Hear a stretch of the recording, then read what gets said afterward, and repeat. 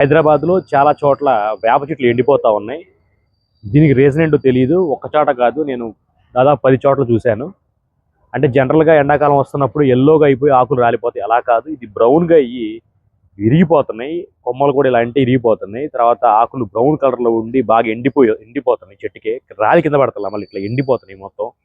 అయితే పూర్వం మనోళ్ళు ఏం నమ్మేవాళ్ళంటే ఊరికే నష్టం జరుగుతుంది, లేదంటే ఎవరికైనా హెల్త్ ప్రాబ్లమ్స్ వస్తాయి, లేదంటే ఊర్లో ఏదైనా పెను మార్పు జరుగుతుంది అని చెప్పి పూర్వీకులు నమ్మేవాళ్ళు. మనం ఇలా ఫాల్స్‌గా ఏదన్నా తెలియని దానికి ఏదన్నా స్ప్రెడ్ చేద్దామని కాదు. జస్ట్ ఇది ఒపీనియనే. మీ ఏరియాలో కూడా ఇలా ఏమైనా జరిగితే కింద కామెంట్‌లో పెట్టండి ఎందుకు జరుగుతుంది ఇలా అనేది. అయితే సైంటిఫిక్‌గా మాత్రం ఏదో వాటర్‌లో లోపం ఉండొచ్చు, లేదంటే గాలిలో లోపం అవ్వచ్చు ఇలా చెప్తున్నారు. కానీ ప్రాపర్ రీజన్ అయితే ఎవరికీ తెలీదు.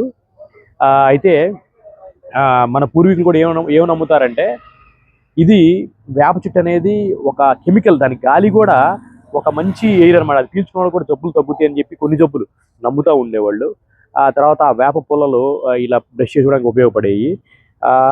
కాలక్రమేణా జనం పేస్ట్ గీటికి అలవాటు అయిపోయిన తర్వాత అవి వదిలేశారు. కానీ వేప చెట్టు ఒక ఆయుర్వేదం, ఒక దేవతలాగా కూడా కొలుస్తారు చాలా ఊరుల్లో.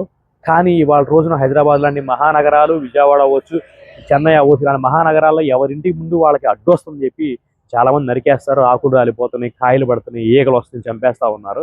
కానీ దీంట్లో చాలా మెడికల్ గుణాలు ఉంటాయి, ఇంటికి మంచిది.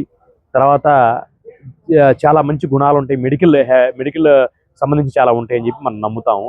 ఏదైనప్పటికి కూడా ఇలా ఎండిపోకూడదు చెట్టు, ఏదైనా ఎండిపోకూడదు కదా. ఇంటికి అడ్డం వచ్చి నరికేసి ఎండిపోతే వదిలేసి ఇవన్నీ వదిలేస్తే పోకూడదు కదా. గవర్నమెంట్ వాళ్ళు కూడా ఇది ఎందుకు ఎండిపోతున్నాయి, ఎందుకు పాడైపోతున్నాయి అని కూడా దీని గురించి ఒక రీసెర్చ్ చేస్తే మంచిదని చెప్పి నా అభిప్రాయం. మీ ఊరు కూడా ఇలా జరిగితే మీరు కూడా కొన్ని చెట్లు అబ్జర్వ్ చేయండి. ఇలా జరిగితే కామెంట్లో పెట్టండి. Thank you so much.